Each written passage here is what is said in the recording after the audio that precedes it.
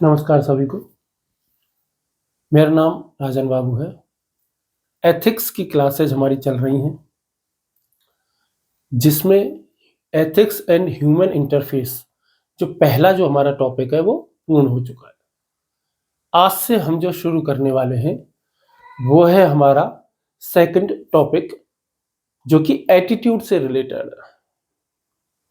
यानी कि अब हम सोशलॉजी और एथिक्स के मिले जुले टॉपिक के बाद अब हम कूद रहे हैं साइकोलॉजी की तरफ। तो जो एथिक्स का सिलेबस है, हमने पहले भी चर्चा की थी कि sociology, philosophy, public ad, psychology, इन सब से मिलकर बना हुआ है। तो साइकोलॉजी के हमारा जो एथिक्स का जो सिलेबस है उसमें साइकोलॉजी के 3 टॉपिक है। तो कौन कौन से 3 टॉपिक है वो हम देख लेते हैं। तो जो हमारा मनोविज्ञान है, साइकोलॉजी यानी कि जो हमारा मनोविज्ञान है, इसके 3 टॉपिक हमारे सिलेबस में दिए हुए हैं। तो कौन कौन से टॉपिक दिए हुए हैं? एक तो मैंने आपको बता दिया कि जो सेकंड टॉपिक है हमारा, जिसका नाम है एटीट्यूड यानी कि अभिव्यक्ति, वो है। इसके बाद में जो तीसरा जो टॉपिक है वो भी हमारा साइकोलॉजी से ही संबंधित है, जिसका नाम है एप्टीट्यूड। जिसका नाम क्या है? एप्टीट्यूड, एपी, यानी कि पी और टी का ही अंतर है बस। और चौथा जो टॉपिक है जिसका नाम है इमोशनल इंटेलिजेंस, यानी कि भावनात्मक बुद्धिमत्ता, वो भी इसी का हिस्सा है। एप्टीट्यूड को हम कह देते हैं अभिरुचि, और एटीट्यूड को हम कह देते हैं अभिवृत्ति या मनोवृत्ति। वैसे जो रूपांतरण या हिंदी रूपांतरण एटीट्यूड का जो है हिंदी अर्थ, वो अभिवृत्ति है। कहीं कहीं भी यूपीएससी ऐसा भी हो सकता है कि मनोवृत्ति दे दे, तो अभिवृत्ति मनोवृत्ति एक ही बात है। ये एटीट्यूड अभिरुचि है और ये भावनात्मक बुद्धिमत्ता, इसको भावनात्मक प्रज्ञा भी कह देते हैं, है ना। तो ये 3 टॉपिक हैं। तो ये चौथा टॉपिक रहेगा हमारा, ये तीसरा टॉपिक है और ये सेकंड टॉपिक है एप्टीट्यूड। इन तीनों का ही अध्ययन हम किसके अंदर करने वाले हैं? साइकोलॉजी यानी कि मनोविज्ञान के अंतर्गत।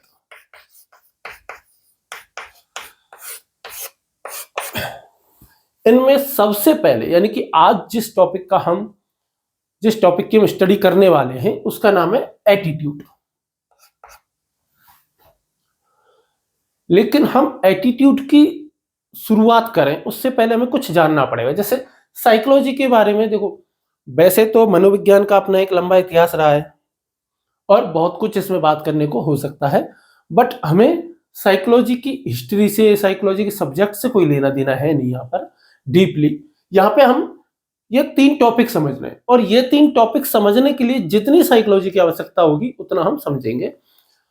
जैसे कि साइकोलॉजी के बारे में यदि मुझे आपको कुछ बताना हो साइकोलॉजी सब्जेक्ट के विषय में, तो देखिए इस टॉपिक में साइकोलॉजी से संबंधित जितने भी टॉपिक रहेंगे वहां पर अंग्रेजों के नाम अपने को आएंगे ही आएंगे खूब सारे, यानी कि साइकोलॉजिस्ट के नाम आने हैं। साइकोलॉजी के बारे में बस यही है कि ये आधुनिक विज्ञान है, इतना आप समझ लीजिए। कभी इसको मन का विज्ञान कहा, कभी चेतना का, ये सब कहानी बहुत लंबी है। बट आपको जो समझ लेना है, एक व्यक्ति हुए जिनका नाम था विलियम बुंट, WILHELM, विल्हेम बुंट, ठीक है। तो ये एक व्यक्ति हुए और ये थे जर्मनी के व्यक्ति थे।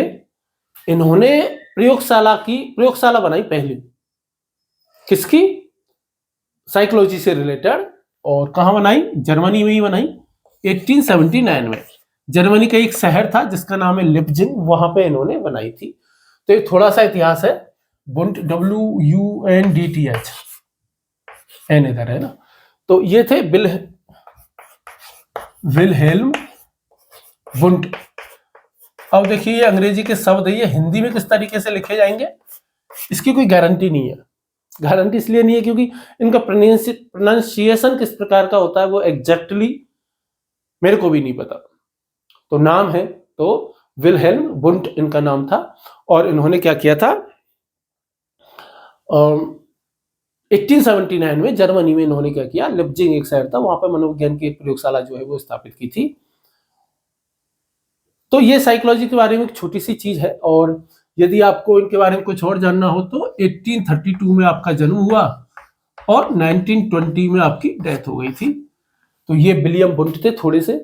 अब जब हम एटीट्यूड की शुरुआत करेंगे या एप्टीट्यूड की शुरुआत करेंगे या भावनात्मक बुद्धिमत्ता की जब हम बात करेंगे, तो इनको समझने के लिए ये तीनों ही किस चीज का अंग है।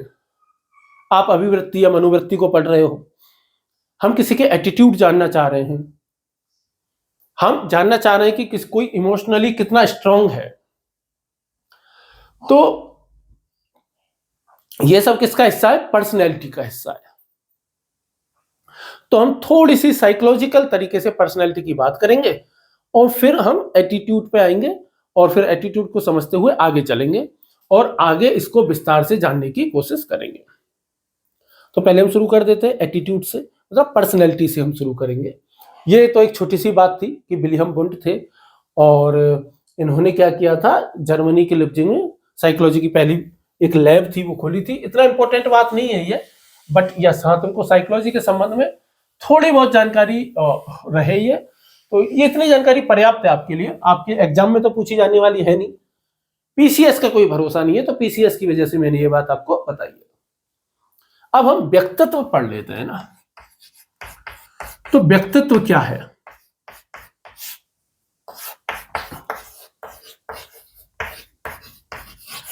क्या है व्यक्तित्व, पर्सनैलिटी। एक तो आजकल की भाषा में जो पर्सनैलिटी है या आम व्यक्तियों की भाषा में जो पर्सनैलिटी है वो एक अलग शब्द है, बिल्कुल डिफरेंट है। आम व्यक्तियों की तो देखो ऊपरी सतही बात करते हैं, आम व्यक्ति जो होते हैं वो असतही बात करते हैं कि वाह क्या पर्सनैलिटी है, कोई बहुत ही सुंदर लग रहा है, हालांकि सुंदरता के अपने अपने पैमाने, बट लोग कह देते हैं ना वाह क्या पर्सनैलिटी है यार, इस प्रकार से। साइकोलॉजी में पर्सनैलिटी में क्या क्या चीजें आती हैं वो हम देखने वाले हैं। तो क्या है व्यक्तित्व, आपसे यदि पूछा जाए किसी भी व्यक्ति के बारे में कि भाई वो कैसा है, तो क्या बताओगे आप। जैसे मान लो सपोज करो कोई मेरे बारे में पूछ ले, जो व्यक्ति मेरे से जानता है उससे, क्या तुम राजन बाबू को जानते हो, कि अच्छा राजन बाबू कौन, वो जिसके वही ना जो यूट्यूब पे पढ़ाता है, हाँ वो, और क्या है एनसीईआरटी आरसीईआरटी के साथ एजुकेशन में काम कर रहा है, कि हाँ। और तो कुछ विशेषताएं, तो व्यक्तित्व में क्या होती है, कुछ स्थायी विशेषताएं होती हैं। क्या होती है, कुछ स्थायी विशेषताएं। ऐसा नहीं है कि बदलेंगे नहीं, बदल सकती हैं। यदि केवल ये बात कहने से काम चल सकता है क्या कि राजन बाबू कौन है, वही जिसकी 2 आंखें हैं, 2 कान हैं, 1 नाक है, ये कहने से तो काम नहीं चलेगा। अगर ये कहने से काम चल सकता तो ये तो सतही बात हो गई ना, इनके आधार पर तो हम किसी भी व्यक्तित्व का फैसला नहीं कर सकते या किसी को डिफाइन नहीं कर सकते। तो हमको क्या चाहिए, कुछ स्थायी विशेषताएं चाहिए। और कैसी स्थायी विशेषताएं चाहिए, विशेषताएं कह लो या गुण कह लो, जो कि उसे क्या करती हैं, दूसरे व्यक्तियों से अलग करती हैं, अन्य सभी से अलग करती हैं। तो जो इसको क्या बनाती हैं, जो उसमें अद्वितीय है और किसी में ना हो, उसी व्यक्ति में जो कुछ ऐसी स्थायी विशेषताएं हैं, तो वो उसका व्यक्तित्व हो जाता है। यदि हम इसकी परिभाषा की बात करें तो हम क्या कहेंगे कि स्थायी विशेषताओं का वह समूह, स्थायी विशेषताओं का वह समूह जिसके कारण कोई व्यक्ति, स्थायी विशेषताओं का वह समूह जिसके कारण कोई व्यक्ति अन्य व्यक्तियों से भिन्न है, अन्य व्यक्तियों से अलग है, तो वही क्या है, उसका व्यक्तित्व है। व्यक्तित्व उन स्थायी विशेषताओं, गुणों और व्यवहारों का समुच्चय है।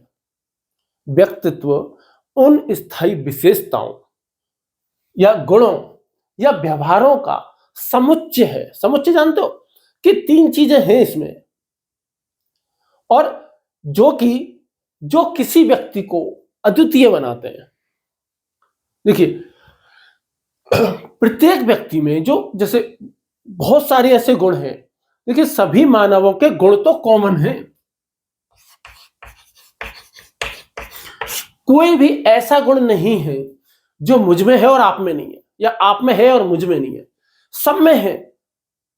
सारी विशेषताएं जो भी व्यक्तित्व की होती हैं, वो सारी की सारी आप में भी है और मुझ में भी है। दुनिया के प्रत्येक मानव में है,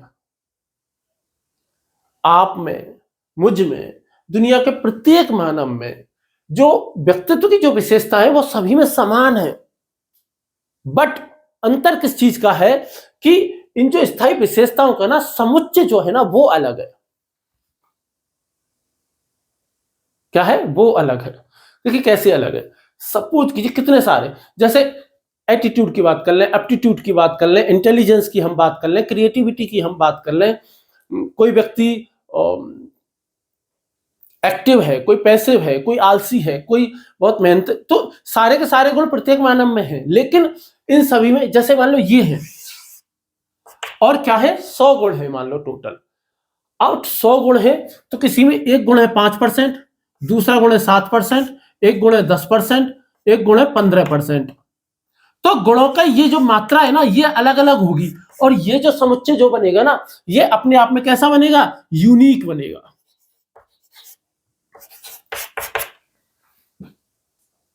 ये अपने आप में अनोखा बनेगा। ये अपने आप में कैसा बनेगा? अद्वितीय बनेगा। और प्रत्येक व्यक्ति बस इसी बात से अलग है, इस समुच्चय से ही अलग है। बाकी सारे, लगभग सारे, हालांकि 100% गारंटी नहीं है, बट लगभग सारे गुण सभी व्यक्तियों में समान हैं।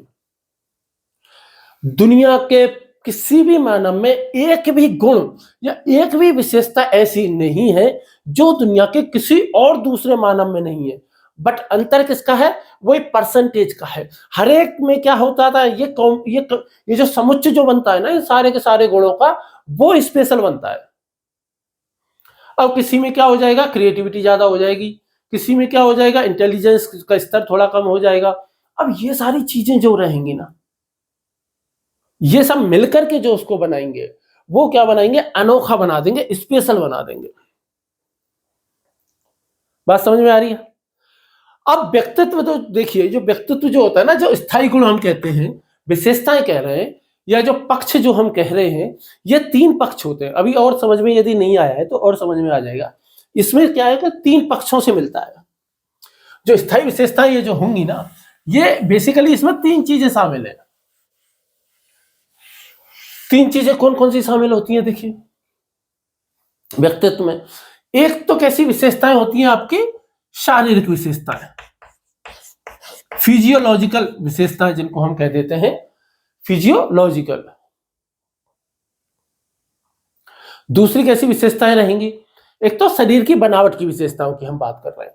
दूसरी जो विशेषताएं जो रहेंगी वो हमारी कहलाती है मनोवैज्ञानिक, साइकोलॉजिकल। मनोवैज्ञानिक यानी कि साइकोलॉजिकल विशेषताएं हो जाएंगी। और तीसरी जो विशेषताएं जो होती हैं स्थायी विशेषताएं, उनको हम कैसी कह देते हैं? व्यवहार संबंधी, यानी कि बिहेवियरल, व्यवहार संबंधी। व्यवहार संबंधी तो ये तीनों में क्या क्या शामिल होता है?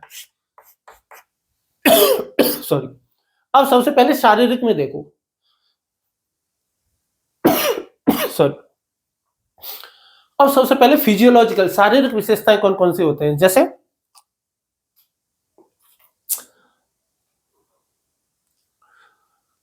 अरे यार, तेरा एक दोस्त है ना, वो लंबा सा जो है, अरे वो लंबू, हाँ हाँ वो लंबू यार, वो लंबा सा जो है ना लंबू, हाँ वो सुनील, वो लंबू सुनील, हाँ हाँ वही वही वही। अच्छा, और वो है क्या यार? वो जो मोटा है जो, अरे वो मोटू गजेंद्र, वो आया क्या? वो आया है क्या? अरे वो आया है क्या, वो कालू आया है क्या, कालिया? अरे वो काला काला सा है ना, सांवला सा यार, वो आया है क्या?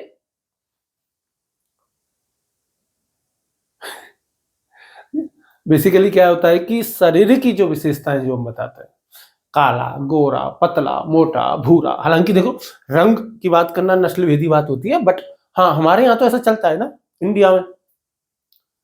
लड़कियों का नाम गोरी, गोरी तेरा गांव बड़ा प्यारा, ठीक है, काले हैं तो क्या हुआ। तो शारीरिक विशेषताएं जब हम बताई जाती हैं, तो शारीरिक विशेषताओं में क्या आ जाएगा, काला, गोरा, मोटा, पतला, ठिगना, ये सारी की सारी विशेषताएं क्या होती हैं, व्यक्तियों की शारीरिक जो विशेषताएं होती है ना, लंबाई हो गई, मोटाई हो गई, वजन हो गया, रंग हो गया, दिव्यांगता हो गई, छोटू हो गया, लंबू हो गया, पतलू, मोटू, छुटकी, छुटकी छुटकी नाम होता है ना, तो लड़कियों का, छोटी लड़की होती है छुटकी नाम रख देते हैं, छोटू नाम रख देते हैं। और हालांकि आज के समय में तो जो छोटू नाम है ना बेचारा, उसका बड़ा ही उन्होंने क्या कहते हैं, बहुत ही दुर्व्यवहार किया है छोटू शब्द के साथ में, कि आज की डेट में क्या कर दिया कि बेचारे चाय टपरी पे या कहीं पे भी छोटी छोटी जगह जब होती है खाने पीने की, वहां पे कोई बेचारा लड़का काम कर रहा होता है तो लोग उसका नाम छोटू रख देते हैं। बड़ी कम्युनिटी ऐसी है ना समाज, हालांकि बट ठीक है। तो इस तरीके के जो शब्द है जो शारीरिक विशेषताएं बताते हैं, तो उनको हम क्या कहते हैं, शारीरिक विशेषताएं। अब कौन सी आती है दूसरी, व्यवहार संबंधी। मनोवैज्ञानिक को भी लेंगे, थोड़ा सा समय दीजिए, ठीक है। पहले हम ले लेते हैं व्यवहार वाली। जैसे व्यवहार वाली समस्या कैसे हो सकती है, जैसे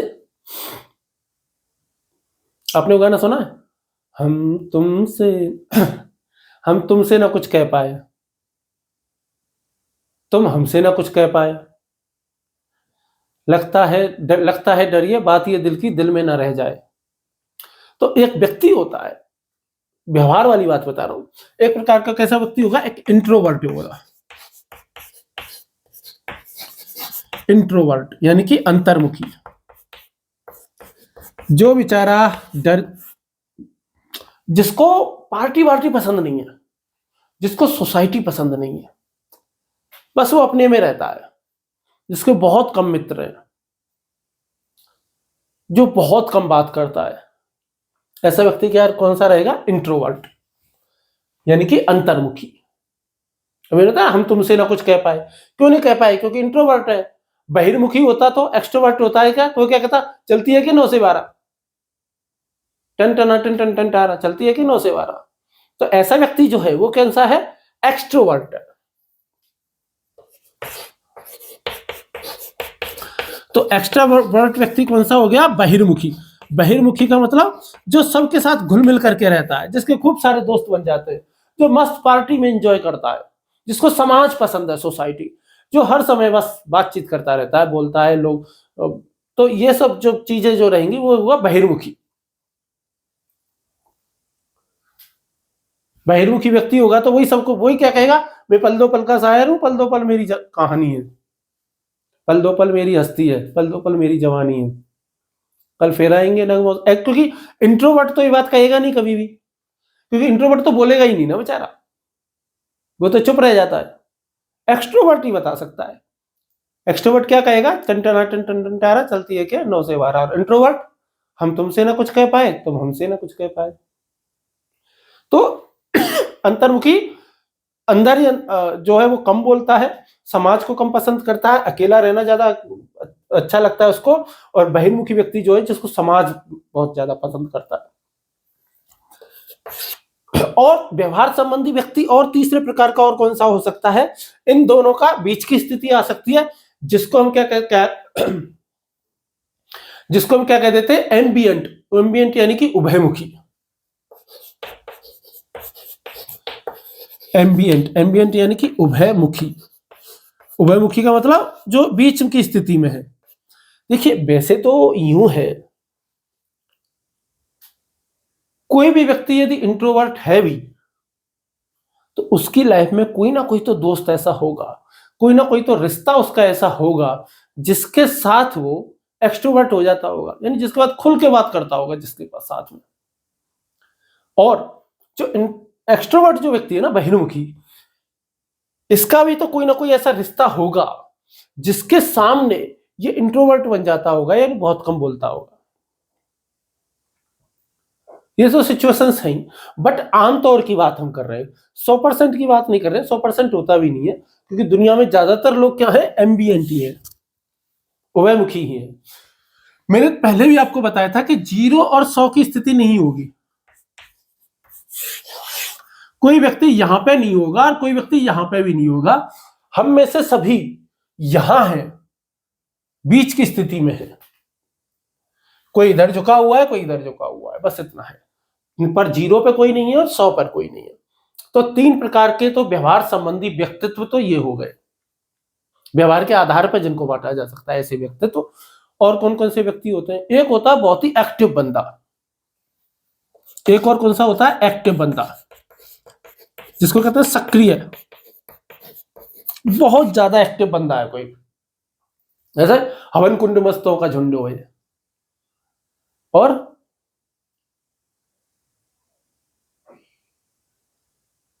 या फिर ऐसे कह लो, ये देश है वीर जवानों का, अलबेलों का, मस्तानों का, वो थोड़ा सा अलग हो जाता है। बट हाँ, जो एक्टिव बंदा जो हमेशा फुल मौज मस्ती में के मूड में रहता है,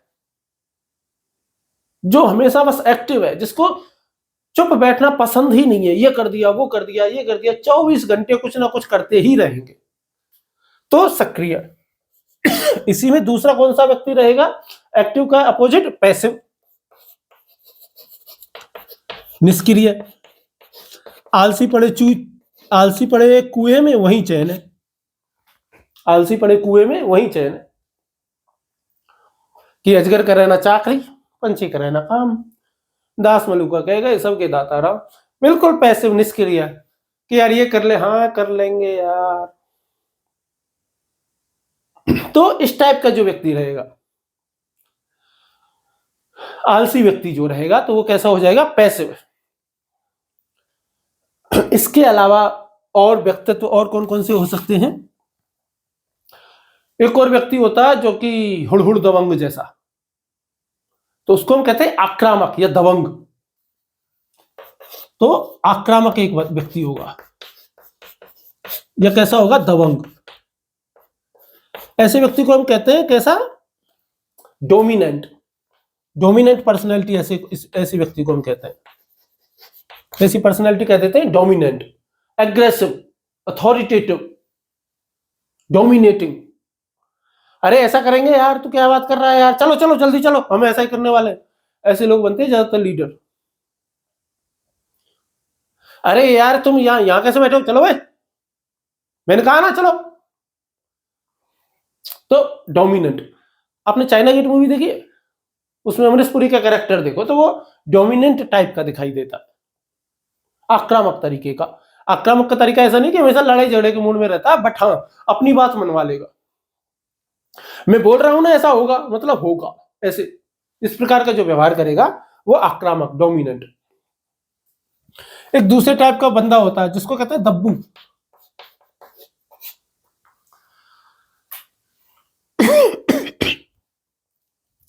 जिसको हम क्या कहते हैं?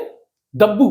दब्बू का मतलब, ठीक है भैया आप कह रहे हो तो मैं कर लेते हैं यार। अरे यार कैसे करें बताओ ना यार।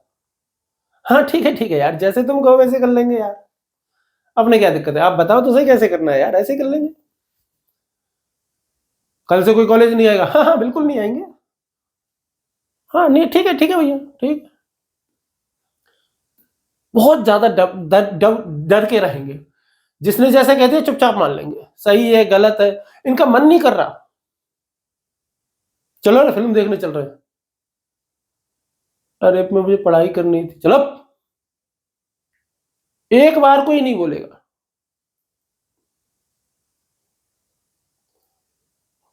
तो ये कैसा कहलाता है बंदा? दब्बू। दब्बू को कहते हैं सबमिसिव।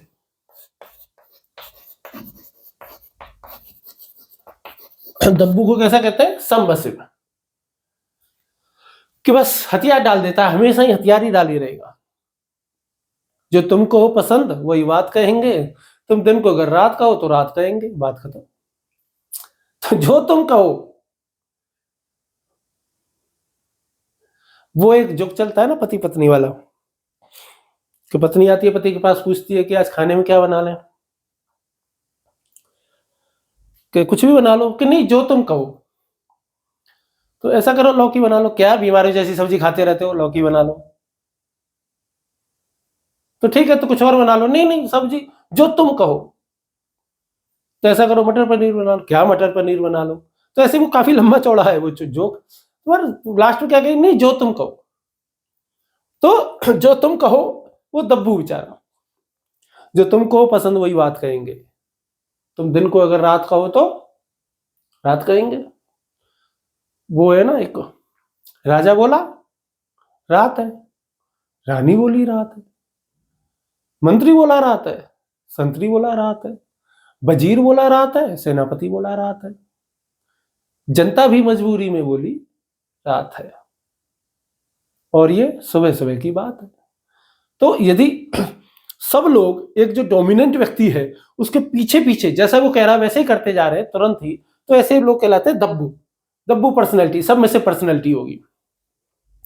एक बुक है जिसका नाम है don't say yes if you want to say no.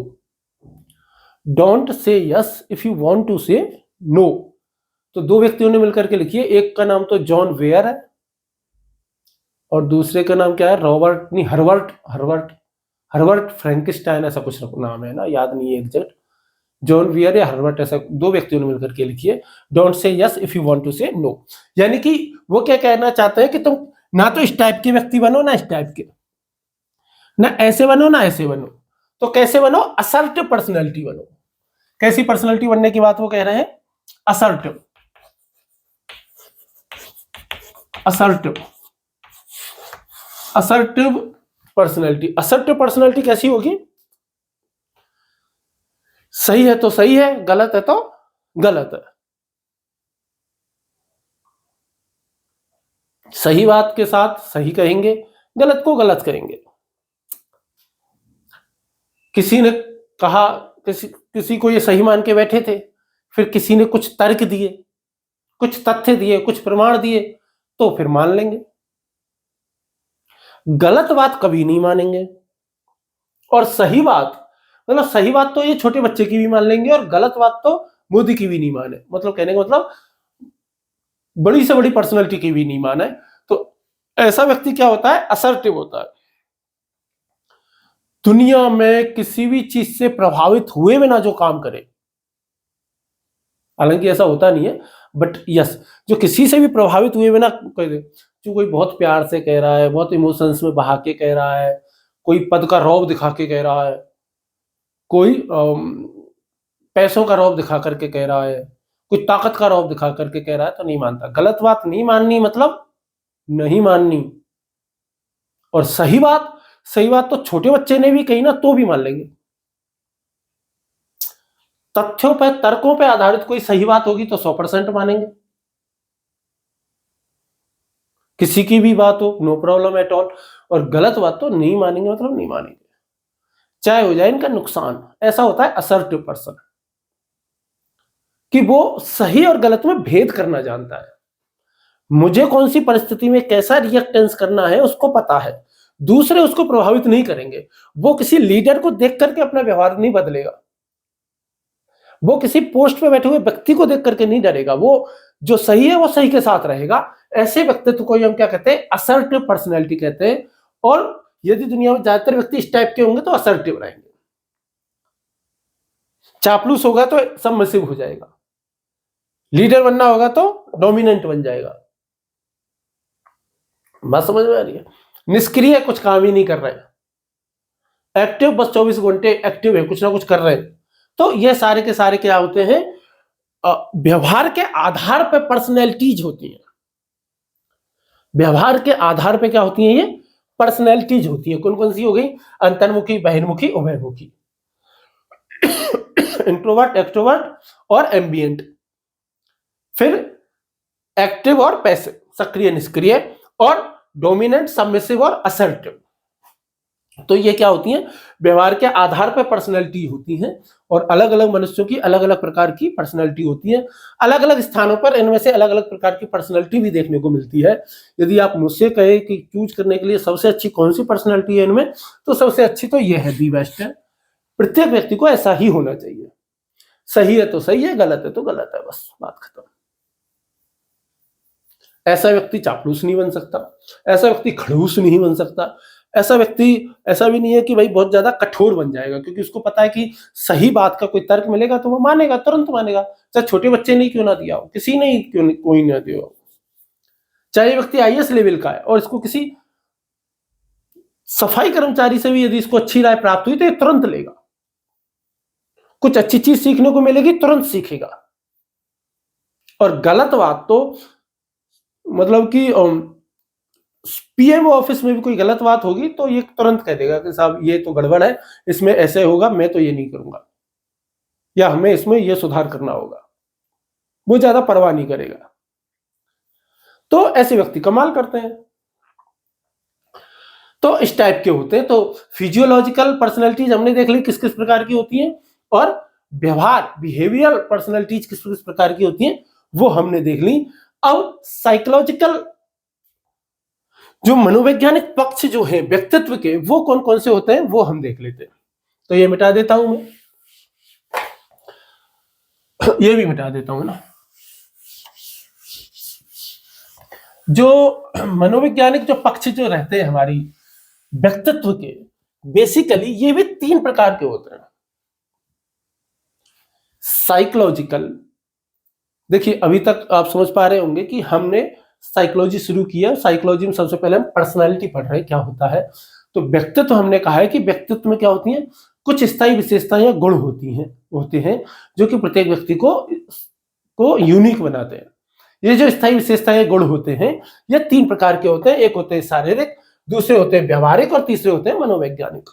तो शारीरिक और व्यवहारिक मैंने बता दिया, अभी बचे मनोवैज्ञानिक। मनोवैज्ञानिक जो विशेषताएं या गुण जो होती हैं ये बेसिकली तीन प्रकार के होते हैं। इनको तीन कैटेगरियों में बांटा गया है। पहली कैटेगरी को हम क्या कहते हैं, कैपेबिलिटी।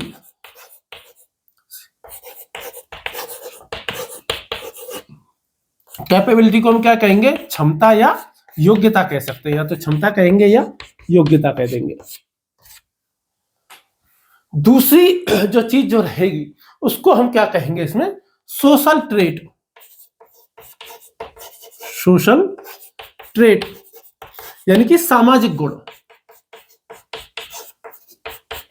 सामाजिक गुण। और तीसरा जो इसमें जो रहेगा उसको हम क्या कहेंगे, अन्य विशेषताएं, अन्य विशेषताएं, अदर क्वालिटीज।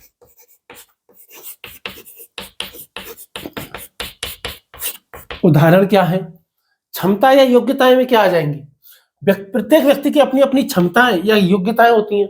जैसे कि प्रत्येक व्यक्ति का आईक्यू लेवल अलग अलग होता है, बुद्धिमत्ता जिसको हम कहते हैं, इंटेलिजेंस, ये क्या होती है, प्रत्येक व्यक्ति में अलग अलग होती है।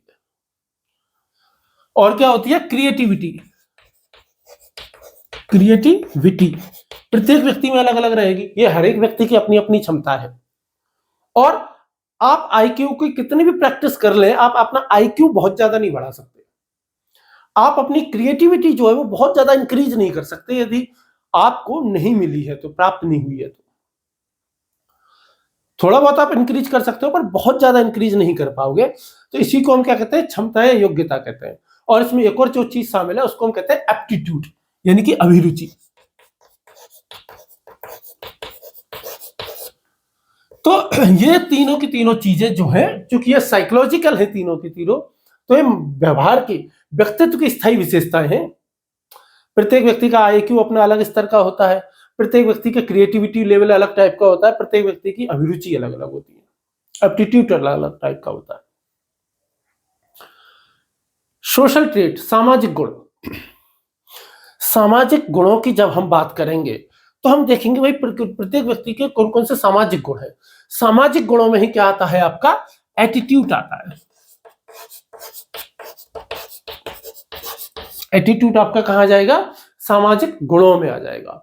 और जहां इंटेलिजेंस आपकी कैपेबिलिटी में आ रही थी, वहीं इमोशनल इंटेलिजेंस आपके सामाजिक गुण में आ जाएगा, यानी कि भावनात्मक प्रज्ञा या भावनात्मक बुद्धिमत्ता।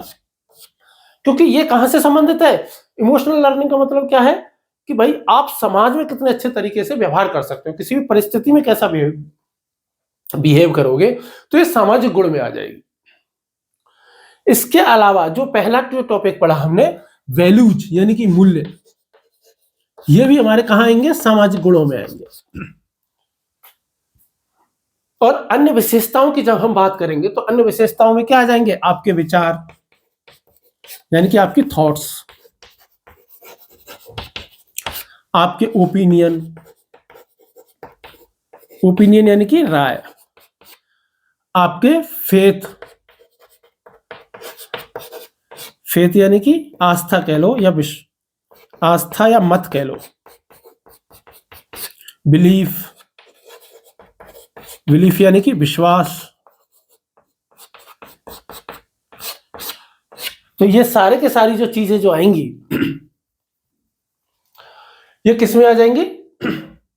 अन्य विशेषताओं में आएंगी। यहीं पे क्या आ जाएगा? आपका इंटरेस्ट, इंटरेस्ट यानी कि आपकी रुचियां किस चीज में है, आपकी क्या रुचियां किस चीज में है, आपकी आइडियोलॉजी, आइडियोलॉजी यानी कि विचारधारा।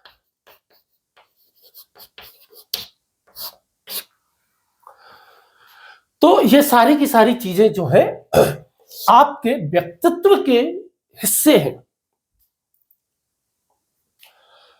तो विचार, थॉट्स, विचार क्या होते हैं? किस चीज को कहेंगे विचार?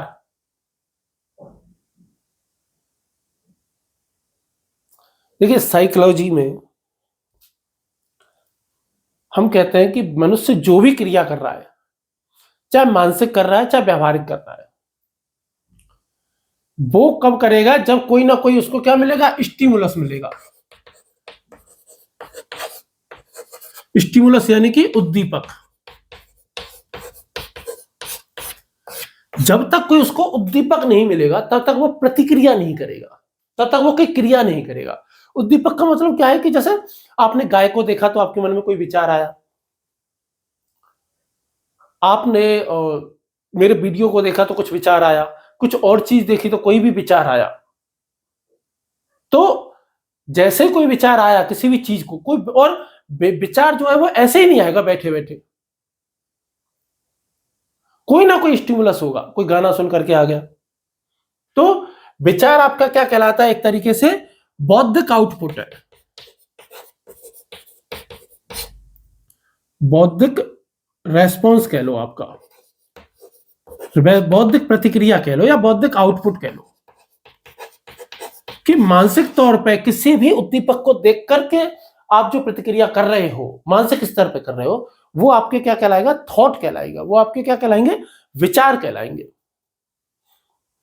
जब इस विचार में कोई थोड़ी सी भी मजबूती आ जाएगी, हल्की सी मजबूती आ जाएगी, तो वो क्या बन जाएगा? आपका ओपिनियन बन जाएगा, वो आपकी राय बन जाएगी। उदाहरण के तौर पर मान लो मेरा वीडियो देखा आपने और आपको लगा कि यार ये तो ठीक पढ़ाता है, विचार आया कि यार पढ़ा रहा है, और अचानक से आपको लगा कि यार ठीक ही पढ़ा रहा है, ये आपका क्या बन गया? हल्की सी ओपिनियन बन गया, राय बन गई। अब ये राय, इस राय में यदि और ज्यादा कठोरता है, यानी कि मेरे और ज्यादा वीडियो देख लिया और आपको सच में लगने लगे अरे वाह ये तो अच्छा पढ़ाता है, तो उसको हम क्या कह देंगे? बिलीफ। उसको हम क्या कह देंगे? बिलीफ। समझ में आया? यानी कि जब आपका ओपिनियन और ज्यादा मजबूत हो जाएगा तो वो क्या बन जाएगा? बिलीफ बन जाएगा। और जब आपके बिलीफ में आस्था का तत्व शामिल हो जाएगा, धर्म का तत्व शामिल हो जाएगा, आध्यात्मिकता का तथ्य शामिल हो जाएगा, आध्यात्मिकता का तत्व शामिल हो जाएगा, तो वो किसका क्या बन जाएगा? आपका आस्था का मैटर बन जाएगा, फेथ हो जाएगा। और फेथ में बहुत ज्यादा मजबूती आ जाती है। जैसे मान लो आपने किसी भी व्यक्ति को देखा, किसी भी टीचर को और को,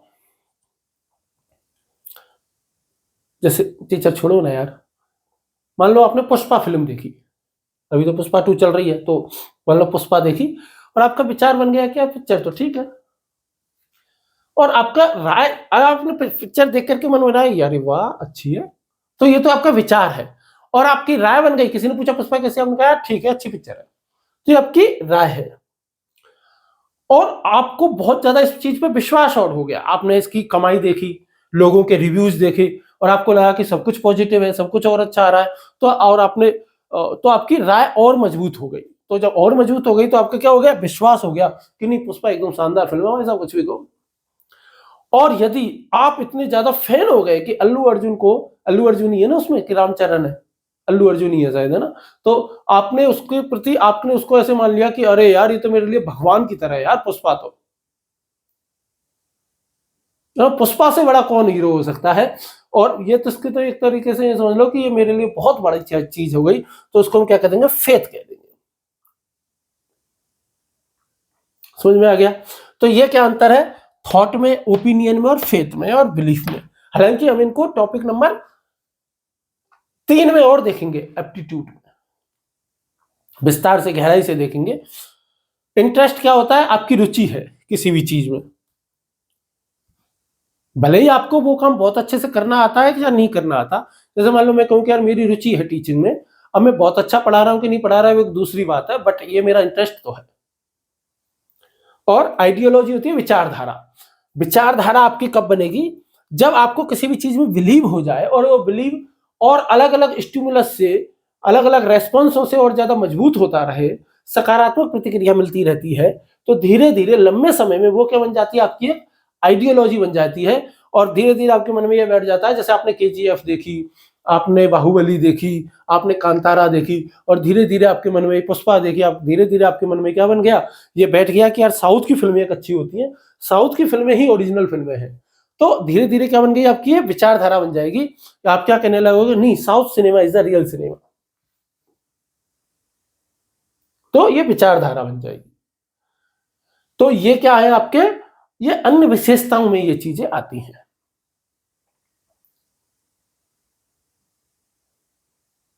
ठीक है, कोई भी किसी भी प्रकार का कोई भी डाउट आपको लगे, प्लीज कमेंट बॉक्स में लिख दे, मैं पूरी कोशिश करूंगा उसे अच्छे से एक्सप्लेन करने की और ज्यादा बढ़िया एग्जाम्पल ला करके समझाने की।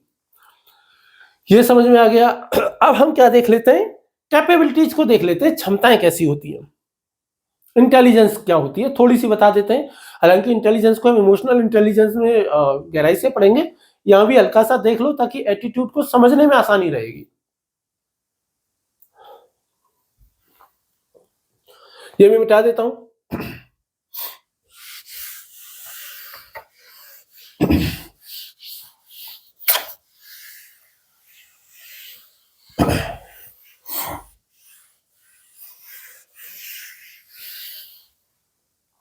और सबसे पहले हम क्या देख लेते हैं, आपका बुद्धिमत्ता देख लेते हैं कि बुद्धिमत्ता क्या चीज होती है। आईक्यू होती है ना, इंटेलिजेंस।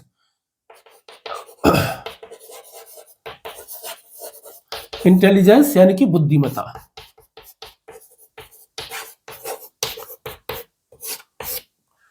बुद्धिमत्ता का सन्धि विच्छेद कैसे होता है पता है आपको, बुद्धि मत आ, ऐसे नहीं होता है ना, ये मत्ता है, ये आधा ता और है इसमें, है ना, बुद्धि धन मत्ता है ये, है ना, मत आ नहीं है। तो हर जगह पर अच्छे से संधि विच्छेद करना चाहिए, मतलब कहने का मतलब। चलिए इंटेलिजेंस क्या होती है देख लेते हैं, बुद्धिमत्ता क्या होती है।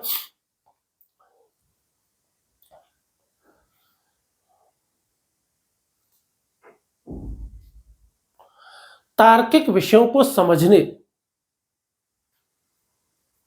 व समस्याओं को सुलझाने की क्षमता ही बुद्धिमत्ता कहलाती है। दोबारा सुन लो, तार्किक विषयों को समझने की क्षमता या समस्याओं के या तार्किक समस्याओं का समाधान निकालने की क्षमता ही बुद्धिमत्ता कहलाती है।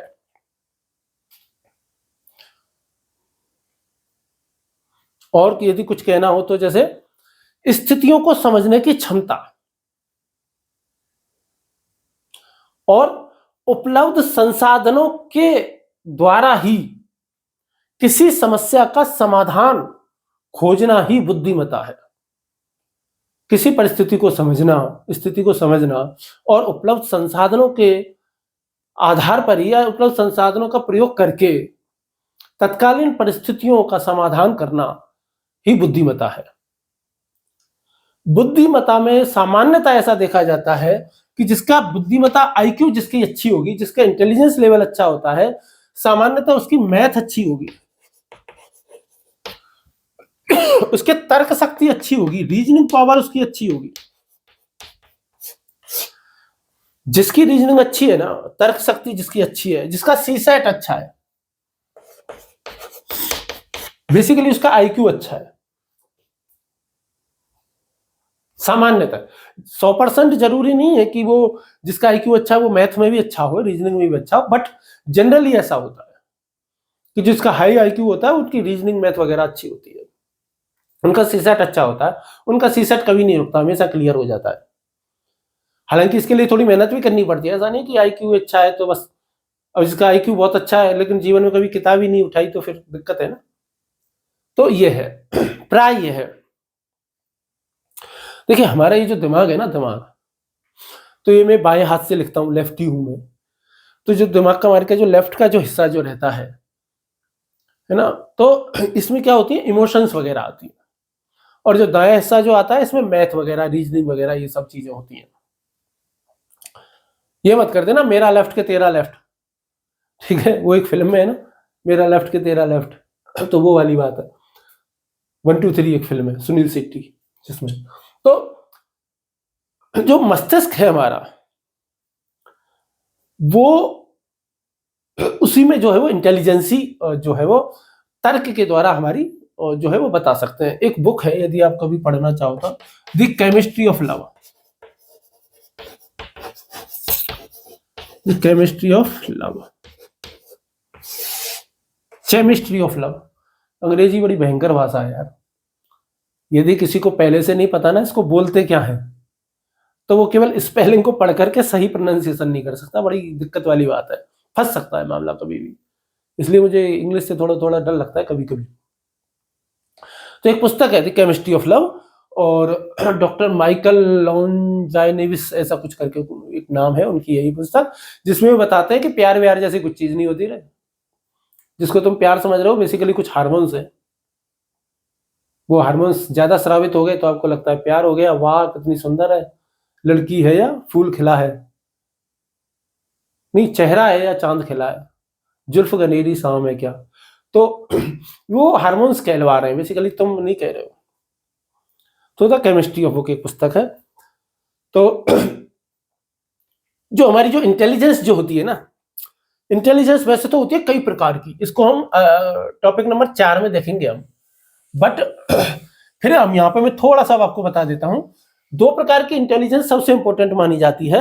एक तो आपकी इंटेलिजेंस मानी जाती है फ्लूइड इंटेलिजेंस, एक कैसी बुद्धिमत्ता मानी जाती है, फ्लूइड, FLUID, फ्लूइड यानी कि तरल बुद्धिमत्ता,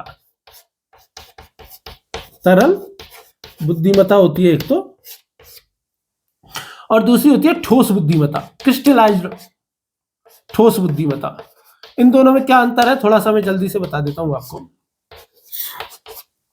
इन 2 प्रकार की होता क्या है कि हमारा जो मस्तिष्क है ये 2 प्रकार से काम करता है। हमारा जो मस्तिष्क है ये 2 प्रकार से काम करता है। कैसे कैसे? एक तो कहते हैं हमको सिस्टमैटिक प्रोसेस, सिस्टमैटिक प्रोसेस, और दूसरी होती है ह्यूरिस्टिक प्रोसेस, ह्यूरिस्टिक प्रोसेस। दिमाग किसी भी परिस्थिति में 2 प्रकार से रिएक्ट आपका कर सकता है। एक तो करेगा सिस्टमैटिक प्रोसेस, दूसरा होता है heuristic process. Systematic progress heuristic process में क्या होगा, कोई तर्क नहीं लगाएगा, कोई लॉजिक नहीं लगाएगा, सीधा प्रतिक्रिया करेगा। यहां पे प्रतिक्रिया कब करेगा, तर्क के द्वारा, तर्क लगाएगा, तर्क के अलावा विवेक का यूज करेगा और फिर क्या करेगा, प्रतिक्रिया करेगा। अक्सर करके व्यक्ति पहली बार किसी स्टिमुलस के प्रति जब रेस्पॉन्स देता है ना, तो पहली बार तर्क और विवेक के आधार पर दे देता है कई बार, लेकिन धीरे धीरे क्या होता है, वो ह्यूरिस्टिक प्रोसेस में ढल जाता है। ह्यूरिस्टिक प्रोसेस में क्या ढल जाता है कि केवल एक बार किया था कि नहीं यार मोमबत्ती को नहीं पकड़ना, जल जाते हैं, एक बार तर्क का यूज किया, अब हमेशा के लिए स्थायी हो गया, अब बिना सोचे समझे ही वो आग से दूर रहता है। तो ये क्या हो गई, ह्यूरिस्टिक प्रोसेस हो गई। अब मैं आपको ये दोनों क्यों बता रहा हूं, क्योंकि जो हमारी तरल बुद्धिमत्ता होती है ना, वो हमेशा ही सिस्टमेटिक प्रोसेस के अनुसार काम करेगी। फ्लूइड इंटेलिजेंस जो रहेगी, तरल बुद्धिमत्ता, यह हमेशा ही गहरा तार्किक विश्लेषण होगा, विवेक होगा, इसमें चिंतन होगा, इसमें मनन भी होगा। अब आप पूछो चिंतन और मनन में क्या अंतर है, पूछो पूछो। तो मनन क्या, चिंतन में क्या होता है कि अनुभव ज्यादा काम में आते हैं, और मनन में इंसान बहुत गहरे स्तर पर जाकर के सोचता है। जैसे गौतम बुद्ध सोचते थे, महावीर स्वामी सोचते थे, तो वो मनन करते थे। वो चिंतन नहीं, चिंतन से वो बहुत गहरी, चिंतन से भी बहुत ज्यादा गहरा चिंतन यदि हो जाएगा तो उसको मनन कह देंगे। तो ये है ह्यूरिस्टिक प्रोसेस। क्या होगी, ये ठोस बुद्धिमत्ता से डरी हुई है। इसमें क्या है कि बहुत ज्यादा सोच विचार नहीं करना है, कभी एक आध बार हल्का फुल्का किया था, उसी आधार पर दिमाग में फिट कर लिया है, अब हमेशा ही वैसी प्रतिक्रिया देते हैं। इसमें क्या होगा, पूरा पहले से कोई एक आध बार एक्सपीरियंस किया हुआ है, उसी के आधार पर जल्दी से निर्णय लेंगे। जब भी हम जैसे डेली के जो काम करते हैं ना, शॉर्टकट तरीके से कर लेते हैं ना कई बार। जैसे मान लो मुझे सेविंग करनी है, अब शुरू शुरू में तो बड़े ध्यान से करता था, ऐसे ऐसे करता था, और जेल करता था, फोम लगाता था, ये करता था। धीरे धीरे इंसान क्या होता है, एक टाइम पे मिडिल क्लास व्यक्ति की बात कर रहा हूं, वो साबुन से ही कर लेगा, वो आफ्टर सेव की उसको जरूरत नहीं है, वो शॉर्टकट अपना लेगा। लेकिन फ्लूइड इंटेलिजेंस वाला व्यक्ति क्या करेगा, उसको पता है कि नहीं यार ऐसे नहीं करना है, इससे चमड़ी को नुकसान हो सकता है, स्किन को इफेक्ट हो सकता है, ये हो सकता है, वो हो सकता है, वो हर बार सोचेगा। ये तो मैं बहुत बेसिक एग्जांपल दे रहा हूं, बहुत हर गहरे व्यवहार में भी, गहरे चिंतन में भी ऐसा होगा। जो फ्लूइड इंटेलिजेंस है ना, ये आईक्यू का उच्चतर स्तर है। ऐसे लोग ज्यादातर साइंटिस्ट बनेंगे, दार्शनिक होंगे, बहुत विशेष क्रिएटिव लोग होंगे। क्रिएटिव लोग भी इसमें आ जाते हैं। और जो फ्लूइड इंटेलिजेंस होती है ना, ऐसा कहते हैं कि ये 16 से 25 की उम्र में सर्वाधिक होती है। जैसे आप लोगों में फ्लूइड इंटेलिजेंस बहुत ज्यादा है, धीरे धीरे इंसान की उम्र होती जाती है ना, तो बुद्धि ठोस होती चली जाती है, तभी कहते हैं ना सठिया गया। तो ये है, ठीक है, ये समझ में आया। अब मैं आपको क्या बता देता हूं, एप्टीट्यूड और बता देता हूं क्या होता है थोड़ा सा, और थोड़ा सा क्रिएटिविटी बता देते हैं। और फिर हम ये जो सामाजिक ट्रेट पढ़े थे, जिसमें इमोशनल इंटेलिजेंस था, उसको तो हम अगले टॉपिक में पढ़ेंगे। वैल्यूज पिछले टॉपिक में पढ़ चुके हैं, और इस टॉपिक में एटीट्यूड है तो वो आज अभी पढ़ेंगे। ठीक, तो पर्सनैलिटी आप समझ में आ गए, एटीट्यूड पे हम किस तरीके से आए हैं। चलिए, तो एप्टीट्यूड बता देता हूं। एप्टीट्यूड को हिंदी में क्या कह देते हैं, अभिरुचि। आपके बहुत सारे शक दूर होंगे यहाँ पे पढ़ करके, है ना। बहुत बहुत ज्यादा डाउट कंफ्यूजन भी होगा कि यार मैंने तो हॉबी अलग पढ़ा था, इंटरेस्ट क्या पढ़ा था, क्या अंतर है। कभी भी समझना हो मैसेज करो, कमेंट बॉक्स में डालो, पता चलेगा। एप्टीट्यूड, एप्टीट्यूड को हिंदी में कहते हैं अभिरुचि। अभिरुचि क्या चीज है आपकी, अभिरुचि को बेसिकली प्रतिभा है एक तरीके से। ये प्रतिभा मतलब क्या है, जैसे लता मंगेशकर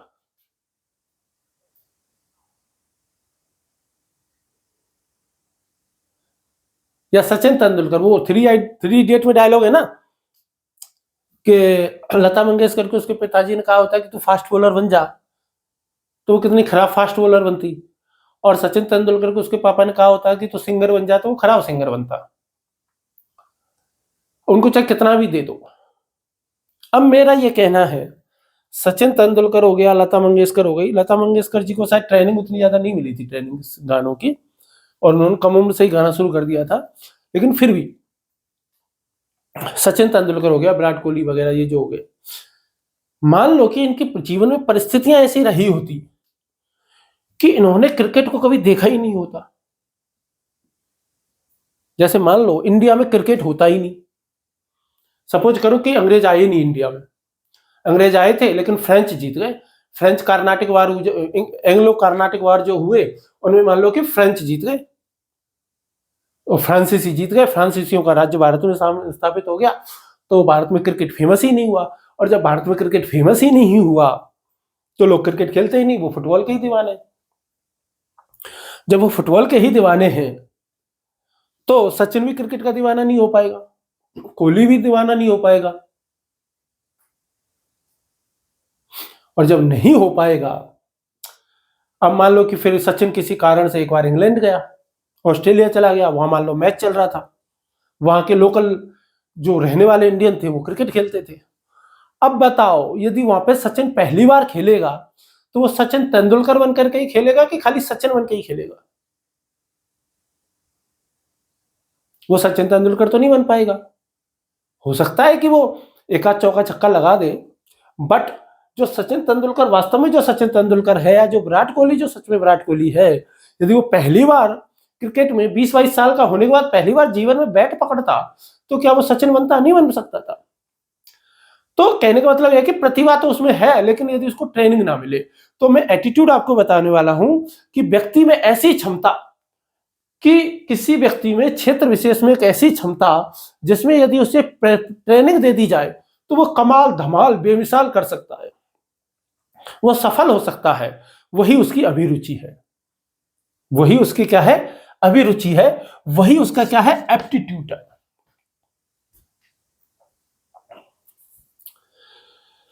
व्यक्ति में वह क्षमता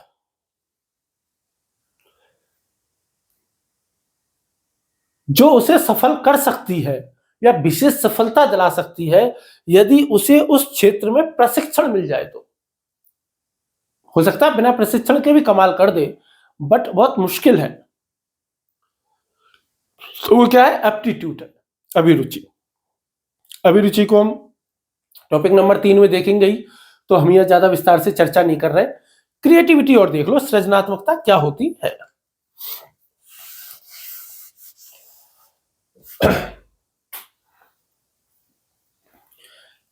क्रिएटिविटी यानी कि सृजनात्मकता।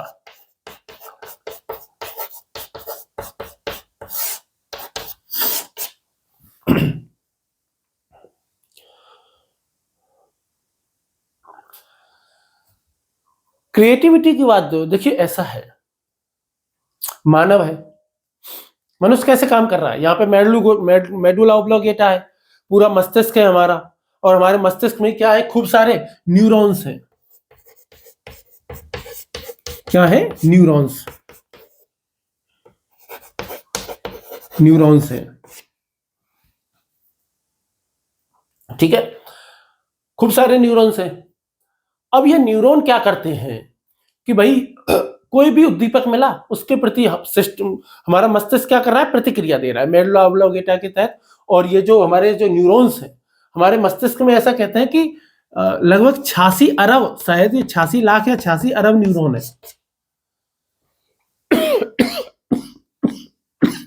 शायद 86 अरब न्यूरॉन्स होते हैं। न्यूरॉन क्या होता है? ऐसा ही एक चीज होती है, देखो ऐसी ऐसी करके, यूं यूं करके, यूं यूं करके, ऐसी ऐसी संरचना होती है। ये क्या है कि तंत्र का तंत्र से जुड़ी हुई होती है, मेडुला ऑब्लोंगेटा से मस्तिष्क में होते हैं ये, और मस्तिष्क इनको काम देता है, बताता है कि भाई जैसे कोई भी प्रतिक्रिया हुई तो तुरंत जाएगा। इनको क्या कहते हैं? इसको एक तरीके से कह लो संचार नेटवर्क, नेटवर्क है हमारा संचार का, कम्युनिकेशन का। जैसे मान लो आग पे हाथ, गर्म तवे पे हाथ रखा, तुरंत ही मस्तिष्क का संदेश जाएगा कि साहब गर्म तवे पे हाथ रख दिया है पागल ने, हाथ की चमड़ी जल जाएगी, सेल्स मर जाएंगी बहुत सारी, बहुत नुकसान होगा।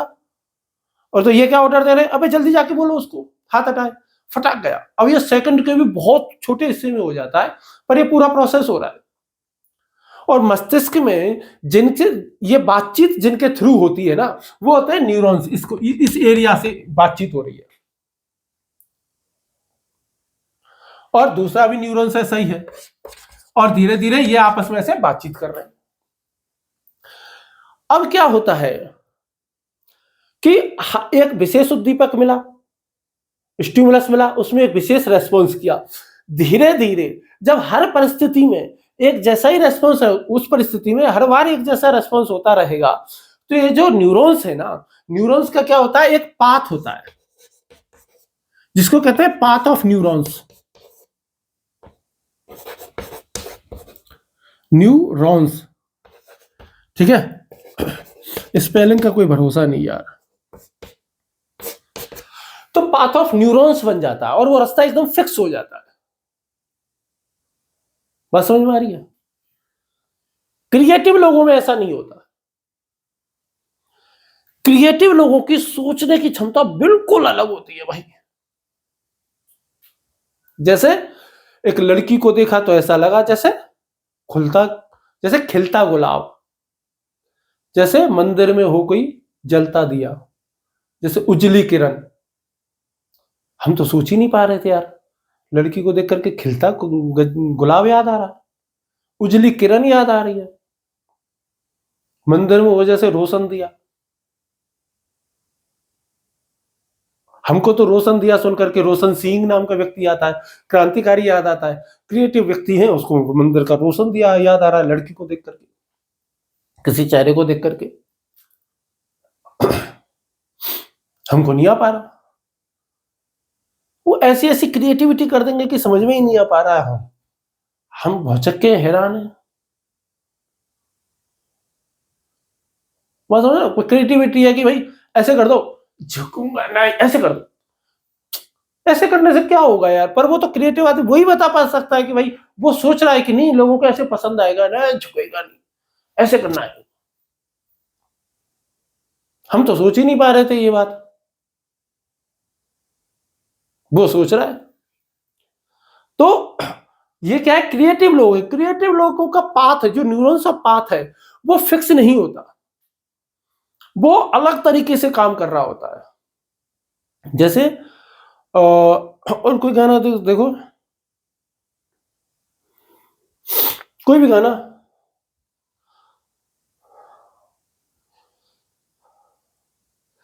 वो एक शेर है ना, जिंदा है तो जिंदा नजर आना जरूरी है, जिंदा है तो जिंदा नजर आना जरूरी है। ये क्या बात हुई?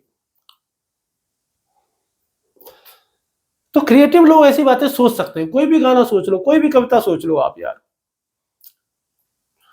साधारण आदमी नहीं सोच पाता, क्रिएटिव आदमी सोच पाता है। तो क्रिएटिव आदमी का जो पाथ ऑफ न्यूरॉन्स है वो फिक्स नहीं हो पाता। ये ध्यान रखना, न्यूरॉन्स नहीं होते ना, हम सोच नहीं पाते, कुछ भी समझ नहीं पाते, महसूस नहीं कर पाते। सब कुछ न्यूरॉन्स की वजह से हो रहा है। जब भी हम कोई क्रिया कर रहे हैं, क्रिया को बार बार दोहरा रहे हैं, जब भी हम विशेष प्रतिक्रिया को दे रहे हैं, तो ये पाथवे क्या हो जाता है, बहुत ज्यादा मजबूत हो जाता है। और जब ये बहुत ज्यादा मजबूत हो जाता है ना, इसी को पता है साइकोलॉजी की दुनिया में या साइंस की दुनिया में कहते हैं स्ट्रेंथनिंग ऑफ सिनेप्सेज। स्ट्रेंथनिंग ऑफ सिनेप्सेज लिखो क्या, बस जरूरी तो नहीं है, स्ट्रेंथनिंग हिंदी में लिख दिया, स्ट्रेंथनिंग ऑफ सिनेप्सेज, स्नेप्सेस। स्ट्रेंथनिंग ऑफ क्या कहते हैं, स्नेप्सेस कह देते हैं। और क्या होता है कि जैसे जैसे उम्र बढ़ती जाती है ना, तो ये रास्ता हो जाता है बहुत ज्यादा फिक्स। इसीलिए कहते हैं ना सठिया गए। इसीलिए बड़े बुजुर्गों को कोई बात समझाते हैं ना, तो बहुत मुश्किल से ही वो समझ पाते हैं। और जब ये बहुत ज्यादा पाथवे मजबूत हो जाता है, तो इसी को ही हम क्या कह देते हैं, न्यूरल पाथवे भी कह देते हैं, क्योंकि इसमें नया होने की संभावना नहीं बची है। क्योंकि इसमें क्या नहीं बचा है, कुछ नया होने की संभावना बची ही नहीं है। बेसिकली जो सिनेप्सेस होते हैं ना, ये होते हैं सिनेप्सेस जिनसे बातचीत पॉसिबल हो पाती है क्या कहते हैं, दो न्यूरॉन्स के बीच में। जब ये न्यूरल पाथवे हमको बदलना हो तो उसको हम क्या कहते हैं, न्यूरोप्लास्टिसिटी, NEURO,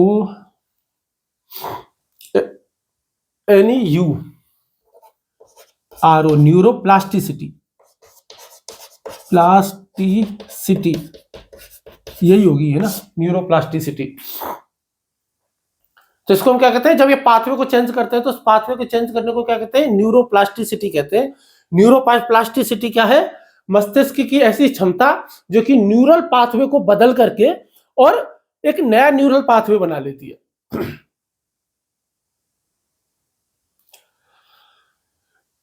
तो ये है, आपको नई आदतें बनानी है तो आपको न्यूरोप्लास्टिसिटी चाहिए। आपको बहुत ज्यादा क्रिएटिव होना है तो न्यूरोप्लास्टिसिटी आपके अंदर बहुत ज्यादा होना चाहिए। इसको कहते हैं मस्तिष्क का लचीलापन। जिस व्यक्ति के अंदर मस्तिष्क का लचीलापन जितना ज्यादा होगा वो उतना ही ज्यादा क्रिएटिव होगा। जैसे बहुत से लोग कार चलाना नहीं सीख पाते, क्यों? क्योंकि वो उतना अच्छा नहीं सीख पा रहे, क्योंकि उनके मस्तिष्क की न्यूरोप्लास्टिसिटी उतनी बेहतर नहीं है।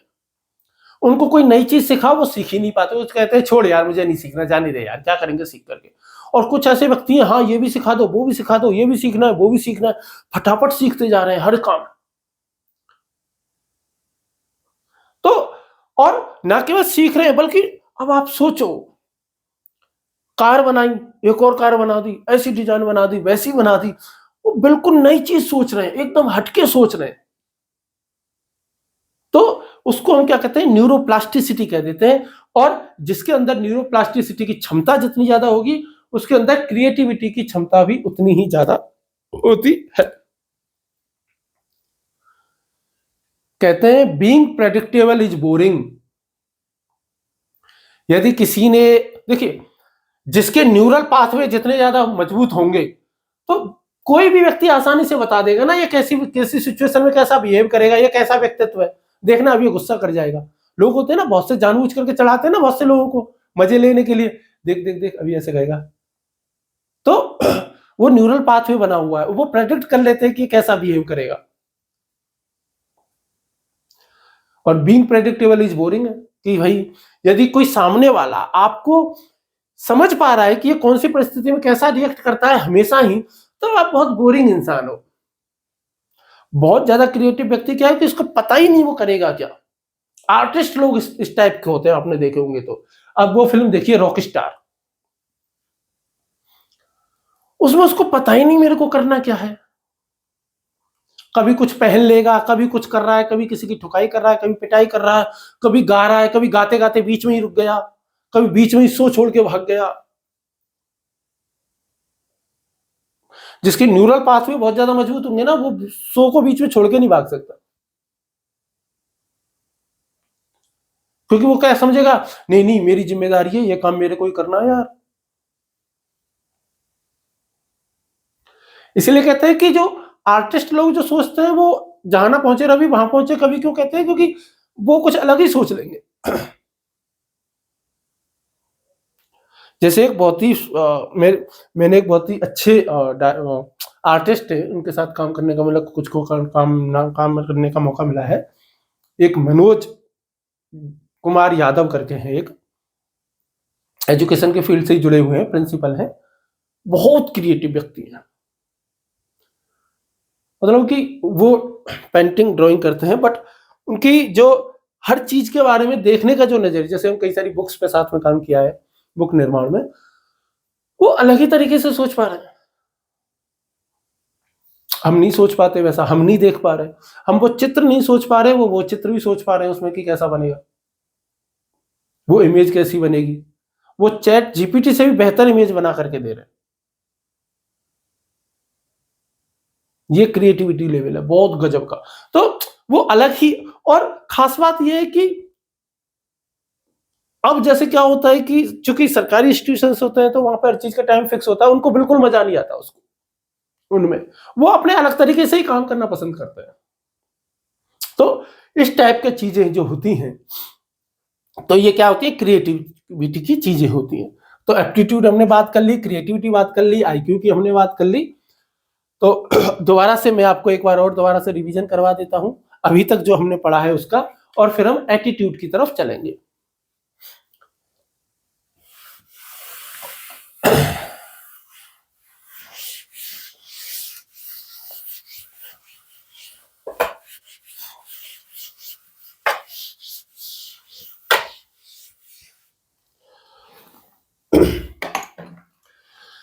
मैंने आपको बताया था कि जो हमारा व्यक्तित्व जो होता है, मैंने शुरू से आपको क्या बताया था, फटाफट से रिकैप कर लेते हैं। रिकैप में मैंने आपको बताया था कि अब हम साइकोलॉजी के 3 टॉपिक पढ़ने वाले हैं जो कि हमारे सिलेबस में है। सबसे पहले हम पढ़ेंगे एटीट्यूड, फिर पढ़ेंगे एप्टीट्यूड, फिर पढ़ेंगे इमोशनल इंटेलिजेंस या भावनात्मक प्रज्ञा। एटीट्यूड पढ़, और इन तीनों का ही जो संबंध जिससे है, एटीट्यूड का, एप्टीट्यूड का और इमोशनल इंटेलिजेंस का, वो मैंने आपको बताया था कि पर्सनैलिटी व्यक्तित्व से है। ये तीनों व्यक्तित्व के हिस्से हैं। तो मैंने आपको बताया था कि व्यक्तित्व किसे कहते हैं, तो मैंने आपसे कहा था कि व्यक्तित्व स्थायी विशेषताओं या गुणों का वो समूह है, का ऐसा समूह जो किसी व्यक्ति को अद्वितीय बनाता है, उसको ही हम क्या कहते हैं, उसको ही हम क्या कहते हैं, व्यक्तित्व कह देते हैं। कि भाई स्थायी विशेषताओं का ऐसा गुण जो कि किसी व्यक्ति को अद्वितीय बना रहे हैं, अनोखा बना रहे हैं, स्पेशल बना रहे हैं। और मैंने आपको बताया था कि ये जो स्थायी विशेषताएं होती है ना, ये 3 प्रकार की होती हैं। एक होती है शारीरिक, दूसरी होती है व्यावहारिक, और तीसरी होती है मनोवैज्ञानिक। जो शारीरिक है वो कौन सी है, गोरा, पतला, मोटा, काला, छोटा, इस तरह की। जो व्यावहारिक जो रहेंगी वो मैंने आपको क्या बताया था कि इंट्रोवर्ट रहेंगे, एक्सट्रोवर्ट रहेंगे, एम्बिएंट रहेगा, एक्टिव रहेगा, पैसिव होगा, और क्या बताया था, डोमिनेंट रहेगा, एग्रेसिव रहेगा, और दब्बू रहेगा, सबमिसिव, और सबसे अच्छी पर्सनैलिटी बताई थी असर्टिव। ये होगा। मैंने मनोवैज्ञानिक में बताया था कि इसमें दोबारा से 3 क्वालिटी, इसमें मनोवैज्ञानिक की जब हम बात करेंगे क्वालिटीज की, तो इसमें दोबारा से 3 परीक्षा बातें आती हैं। एक तो आ जाती है आपकी क्षमताएं, दूसरी जो चीजें इसमें आ जाती है वो है अन्य विशेषताएं, अन्य विशेषताएं, और इसी में क्या आते हैं आपके सामाजिक गुण, social trait, social trait, TRAITS। क्षमताओं में मैंने आपको क्या बताया था, एक तो आती है इंटेलिजेंस, IQ जिसको कहते हैं, दूसरी आती है इसमें क्रिएटिविटी, और तीसरी चीज इसमें आती है एप्टीट्यूड यानी कि अभिरुचि। ये तीनों मैंने आपको बताई थी। अन्य विशेषताओं की बात हमने जब की थी तो मैंने बताया था कि अन्य विशेषताओं में क्या आते हैं आपके, थॉट आते हैं, ओपिनियन आते हैं, बिलीफ आता है, फेथ आता है, इंटरेस्ट आता है, आइडियोलॉजी आता है, ये आते हैं। और सोशल ट्रेट में क्या आती हैं, वैल्यूज आती हैं जो कि मैंने आपको पढ़ा दी हैं, इमोशनल इंटेलिजेंस आता है जैसे कि हम नेक्स्ट टॉपिक में पढ़ेंगे, और एटीट्यूड आता है जिसे हम अभी पढ़ रहे हैं, अभी पढ़ना शुरू करने वाले हैं। तो अब हम शुरू क्या करेंगे, एटीट्यूड पढ़ेंगे। तो अब आपकी समझ में आया होगा कि एटीट्यूड कहां से आता है। वो वाला एटीट्यूड नहीं कि क्या बहुत एटीट्यूड दिखा रहा है, वो हम नेक्स्ट वीडियो में ही बताऊंगा अब तो, क्योंकि वीडियो कितना मेरे ख्याल से 60-65 मिनट की तो हो गई होगी, 70 मिनट की, तो नेक्स्ट वीडियो में ही बताऊंगा मैं। बट हाँ, अब आपको ये समझ में आया होगा कि एटीट्यूड कहां से आया। व्यक्तित्व क्या है, स्थायी विशेषताओं का वो है गुण या समूह है जो किसी व्यक्ति का, स्थायी विशेषताओं का गुण या समुच्चय है जो कि किसी व्यक्ति को अद्वितीय बनाता है। इसके 3 पक्ष प्रमुख रूप से होते हैं, शारीरिक, व्यवहारिक, मनोवैज्ञानिक। शारीरिक में काला, गोरा, मोटा, पतला, छोटा, लंबा, ये सब आते हैं। वहीं व्यवहारिक में कैसे आते हैं, अंतर्मुखी, बहिर्मुखी, उभयमुखी, सक्रिय, निष्क्रिय, दब्बू, दबंग, और असर्टिव पर्सनैलिटी जो सबसे बेहतर होती है व्यवहारिक तौर पर। और फिर साइकोलॉजिकल तरीके पे, यानी कि मनोवैज्ञानिक पक्ष जो होता है व्यक्तित्व का, उसके दोबारा से 3 भाग होते हैं। एक होती है क्षमताएं, कैपेबिलिटीज, जैसे बुद्धिमत्ता आपकी हो गई, क्रिएटिविटी आपकी हो गई, अभिरुचि आपकी हो गई। अभिरुचि को क्षमता भी कह देते हैं आसान भाषा में। अन्य विशेषताओं में आपके विचार हो गए, आपकी ओपिनियन हो गया, आपका फेथ हो गया, बिलीफ हो गया, आइडियोलॉजी हो गई, आपके इंटरेस्ट हो गए। और सोशल ट्रेट इसमें और आते हैं, और सोशल ट्रेट में आपके वैल्यूज आती हैं जिनको पढ़ चुके हैं, आपके इमोशनल इंटेलिजेंस आता है जो कि हमारा चौथा टॉपिक है, और इसमें और क्या आता है, आपका एटीट्यूड आता है जो कि हमारा आज का टॉपिक है, अभी का टॉपिक है। तो अब हम क्या शुरू करने वाले हैं, एटीट्यूड शुरू करेंगे कि जो एटीट्यूड जो होता है वो व्यक्तित्व को किस तरीके से आपके को डिफाइन करता है, किस तरीके से प्रभावित करता है, आपके विचारों को किस तरह प्रभावित करता है, आपकी भावनाओं को किस तरह प्रभावित करता है, आपके व्यवहार को, आपकी क्रियाओं को, आपकी लाइफ को किस प्रकार प्रभावित करता है, आपकी थॉट्स को पर क्या असर डालता है, आपके ओपिनियंस पे क्या असर डालता है, इनका वैल्यूज से क्या लेना देना है, एटीट्यूड को चेंज कैसे किया जा सकता है, एटीट्यूड को बेहतर किस तरीके से किया जा सकता है। तो वो सारी की सारी चीजें हम नेक्स्ट टॉपिक में पढ़ेंगे। उम्मीद है इस टॉपिक में आपको सब कुछ अच्छे से समझ में आया होगा। यदि कुछ भी समझ में नहीं आया है तो I am really very sorry.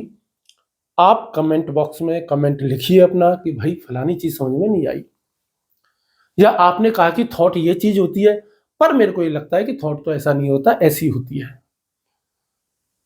या मेरे को ऐसा लगता है कि भाई आपने बताया कि एप्टीट्यूड अभिरुचि ये चीज होती है, जबकि मैंने तो कहीं पढ़ा था कि अभिरुचि ऐसी होती है। तो आप कमेंट बॉक्स में जरूर लिखिए, आपके प्रत्येक सवालों का जवाब देने की मैं पूरी कोशिश करूंगा।